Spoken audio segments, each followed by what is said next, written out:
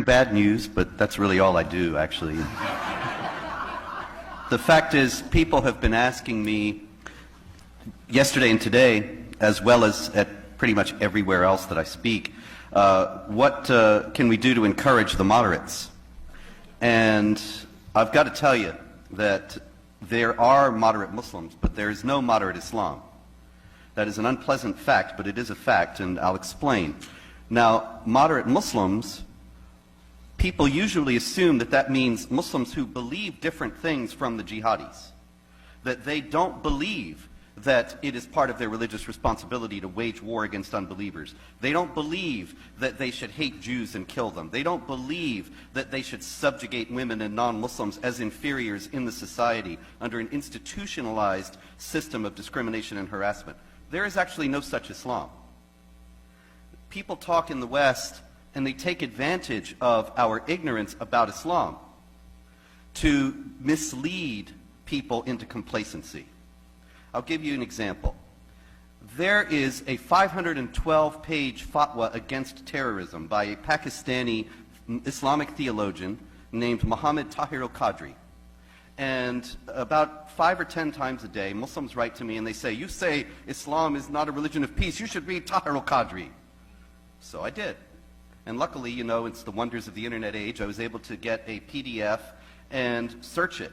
And so what I did was I searched it for the Quran passages that exhort Muslims to commit violence and wage war against unbelievers. Because if he's really going to be presenting an alternative form of Islam, then it would be just commonsensical, would it not, for him to take up those passages and explain why Muslims should not take them as marching orders today. And I searched for chapter 9, verse 5, slay them wherever you find them. Chapter 4, verse 89, slay them wherever you find them. Chapter 2, verse 191, slay them wherever you find them. Chapter 9, verse 29, fight against the Jews and the Christians until they're subjugated and pay the tax. Chapter 47, verse 4, when you meet the unbelievers, strike at their necks, behead them. And others of that kind. 512 pages, he never mentioned any of those verses. Now, do you understand the implications of that? This is supposed to be a piece saying that terrorism is wrong and Muslims should not engage in it, and he never addressed any of the justifications that the jihad terrorists use to show that what they're doing is Islamically correct. That's not a reform kind of Islam. That's not a moderate Islam. That's a big, extensive, elaborate effort to deceive unbelievers and make us ignorant and complacent about the jihad threat. You cannot reform something, you cannot fix a problem without acknowledging that there's a problem, you see. And there is no moderate Islam. There is no version of Islam that does not teach warfare against unbelievers and their subjugation.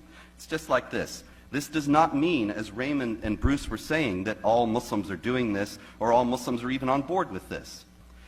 Islam really teaches warfare against unbelievers. A lot of Muslims don't pay attention.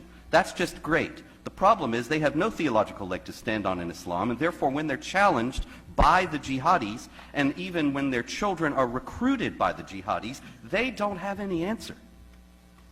If you talk about Muslims who are aware that the Quran and the example of Muhammad and Islamic law all teach warfare and conquest and subjugation of unbelievers, and who reject that, and who say that must not be done, you're talking about maybe 5 or 10 people. I mean worldwide, out of 1.6 billion. Zuhdi Jasser and his friends. If you want to talk about actual Muslim reformers, it is exactly that way. But if you want to talk about Muslims who just aren't going to take up arms against us at any time, well, that's millions upon millions of people. The problem is, when the chips are down, where will they side? They will side with the Muslims who are waging war. That is where their allegiance is. They probably won't do anything.